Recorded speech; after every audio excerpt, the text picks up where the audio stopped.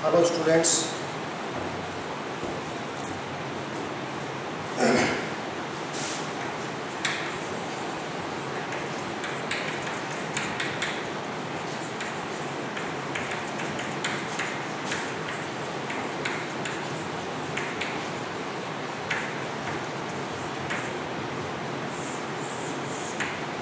देखिए, इसमें आज हम जो चर्चा करेंगे वो विभिन्न जो सामग्री नियंत्रण की हम बात कर रहे थे, उस सामग्री नियंत्रण के संबंध में कि सामग्री का नियंत्रण किस प्रकार से करें।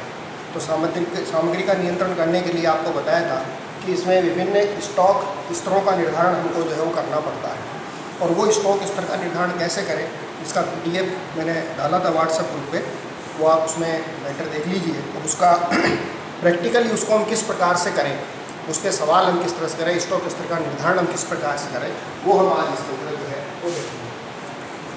तो यहाँ हम बता रहे हैं विभिन्न स्टॉक स्तरों का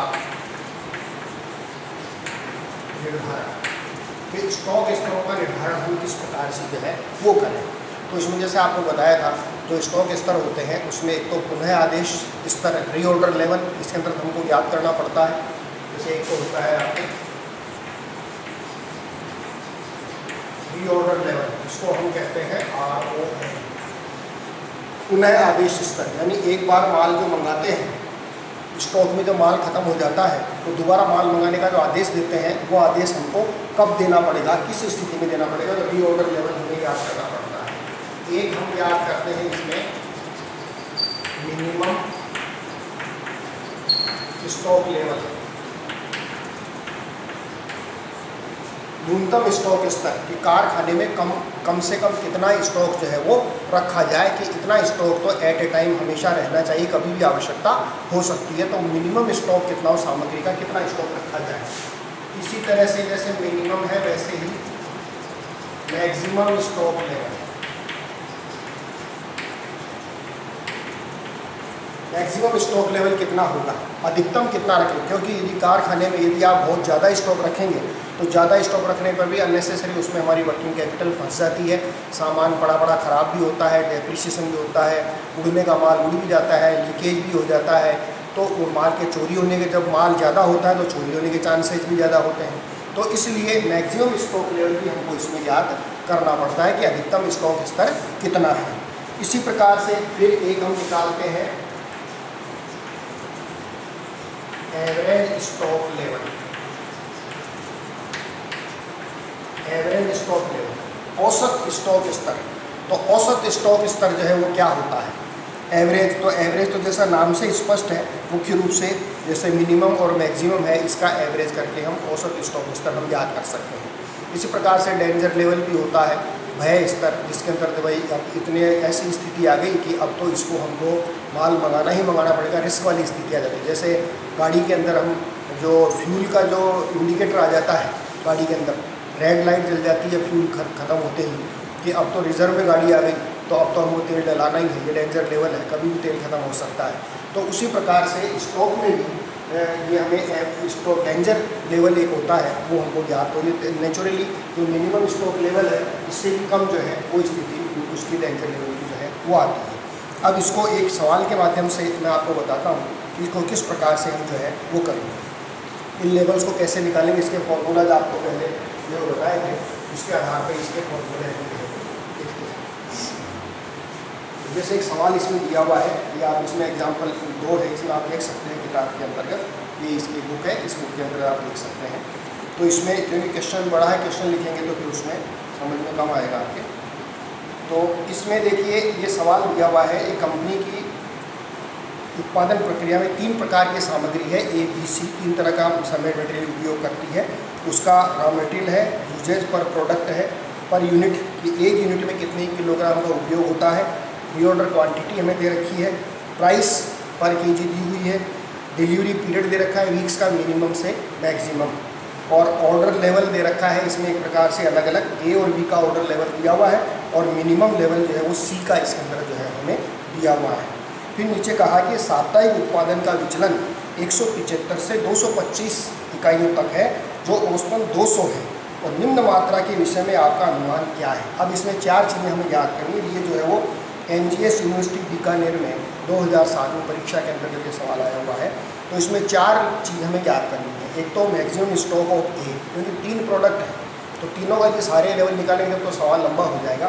तो मैक्सिमम स्टॉक ए का है और मैक्सिमम स्टॉक बी का है, रीऑर्डर लेवल सी का है और एवरेज स्टॉक लेवल ए का हमें इसमें याद करना है। तो सबसे पहले इसमें मैक्सिमम स्टॉक ऑफ ए हम जो है वो याद करेंगे।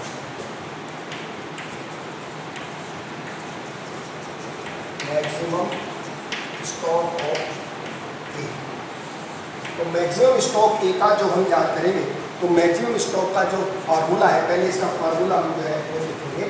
तो इसका फार्मूला होता है reorder level plus reorder quantity, दोनों को जोड़ेंगे। रीऑर्डर लेवल और रीऑर्डर क्वांटिटी को जोड़ेंगे और फिर इसमें से हम माइनस करेंगे minimum usage into minimum stock level. Minimum मिलेंगे reorder period, minimum reorder period, ये इसका फॉर्मूला जो है वो हम लेंगे। Reorder level, reorder quantity minus minimum usage into minimum reorder period. अब इसमें फिगर हमें लिखना है। तो रीऑर्डर लेवल जो है वो हमें देखिए दिया हुआ है, इसमें रीऑर्डर लेवल प्रश्न में दिया हुआ है 8,000 plus reorder quantity, reorder quantity हमें इसमें दे रखी है 10,000। अब इसमें अगर हम मिनिमम यूजेज, तो मिनिमम यूजेज कितना है, नीचे दे रखा था ना 175 से 225 इकाइयाँ, तो 175 इकाइयाँ जो है वो मिनिमम है। लेकिन ये जो यूनिट्स है, किलोग्राम की हम क्वांटिटी की बात कर रहे हैं, तो इसमें दे रखा है कि ए पर प्रोडक्ट में मिनिमम जो ये यूनिट्स यूजेज है वो एक यूनिट में 10 किलो होता है। तो एक यूनिट में 10 किलो है तो 175 में हो गया आपके 1750 into minimum reorder period.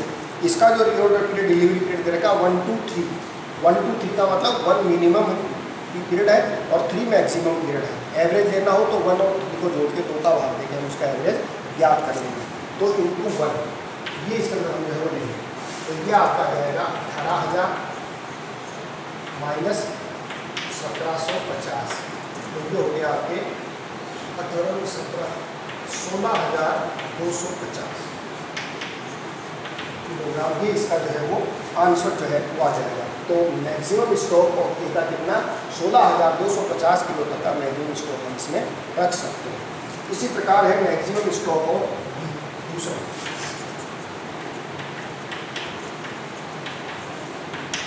Maximum stock of B, formula यही आएगा। रीऑर्डर लेवल, इसमें आप इसको छोटा लिख सकते हैं ROL plus ROP, reorder quantity minus minimum usage into minimum reorder period. इस तरह से आप इसको शॉर्ट में भी लिख सकते हैं। तो अब इसका प्रोडक्ट बी का हम लेंगे। तो प्रोडक्ट बी का रीऑर्डर लेवल कितना है, प्रोडक्ट बी का जो रीऑर्डर लेवल है वो हमें दे रखा है प्रश्न के अंतर्गत 4,750, 4,750 और रीऑर्डर क्वांटिटी, रीऑर्डर क्वांटिटी हमें इसकी दे रखी है 5,000। अब इसमें मिनिमम यूजेज, तो मिनिमम यूजेज वही 175 जो था, मिनिमम यूजेज 175 है, लेकिन एक यूनिट में कितना किलो सामग्री ए का तो 10 किलो काम आता था, इसलिए 1750 कर दिया। सामग्री बी का एक यूनिट में दे रखा है इसमें 4 किलो, तो 175 को 4 से करेंगे अपन, 175 इंटू 4, तो ये हो गया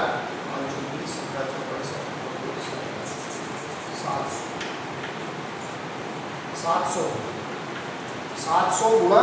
अब इसमें कितना लेंगे अपन, इसमें लेंगे अब अपना reorder period, minimum reorder period.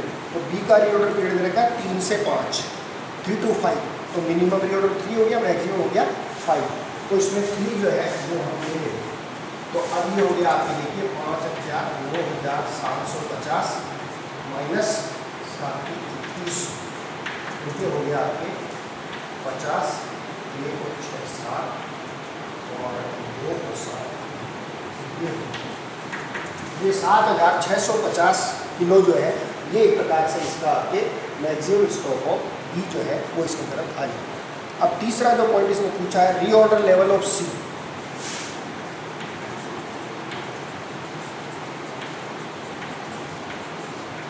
Reorder level of C का रीऑर्डर लेवल, सी प्रोडक्ट का हमें रीऑर्डर लेवल इसमें याद करना है। तो रीऑर्डर लेवल का जो फॉर्मूला है वो फॉर्मूला क्या है, वो फॉर्मूला है मैक्सिमम रीऑर्डर, मैक्सिमम यूजेज, या वैसे करो maximum usage maximum reorder period. अधिकतम उपभोग को अधिकतम पुनः आवेश जो समय है उससे हम मल्टीप्लाई करेंगे। तो सी का हम ले लेंगे यहाँ रखना, तो सी का इसमें लेना पड़ेगा। तो सी का मैक्सिमम यूजेज कितना है, तो मैक्सिमम यूजेज जैसे बताया कि 175 से 225 इकाइयाँ दे रखा है, तो 225 यूनिट है, लेकिन एक यूनिट में कितना उपभोग होता है, तो ये सी की हम बात कर रहे हैं। तो इसका जैसे 10 किलो था, इसका जो है वो 4 किलो था, इसका दे रखा हमें प्रश्न के अंतर्गत 6 किलो, एक यूनिट में 6 किलो, तो 6 किलो है, तो 225 को 6 से मल्टीप्लाई करेंगे। 225 इंटू 6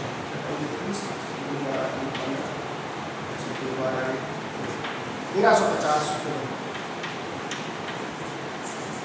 1350। तो मैक्सिमम यूजेज हो गया 1350।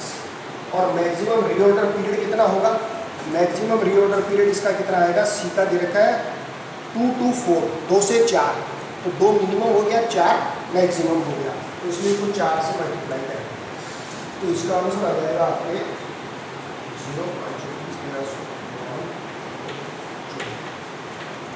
5,400 किलो जो है वो इसका रीऑर्डर लेवल, सी का रीऑर्डर लेवल जो है वो 5,400 किलो इसमें आ जाएगा। इसी प्रकार से फिर इसमें चौथा हमें याद करना है, ये चौथा पूछा इसमें average stock level of A, average stock level of A. अब एवरेज स्टॉक लेवल जो हम लेते हैं तो इसका फॉर्मूला आपको बताया था, minimum stock level plus maximum stock level बटा ए।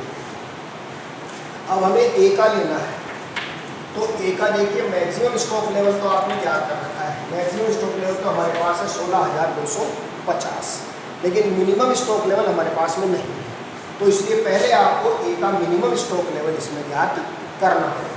तो यहाँ हम लेंगे मिनिमम स्टॉक लेवल ऑफ ए। तो मिनिमम स्टॉक लेवल हम ए का इसमें याद करेंगे, तो मिनिमम स्टॉक लेवल का फॉर्मूला हमको लगाना पड़ेगा, तो ये होगा रीऑर्डर लेवल माइनस इसमें करेंगे हम मैक्सिमम ये नॉर्मल यूजेज,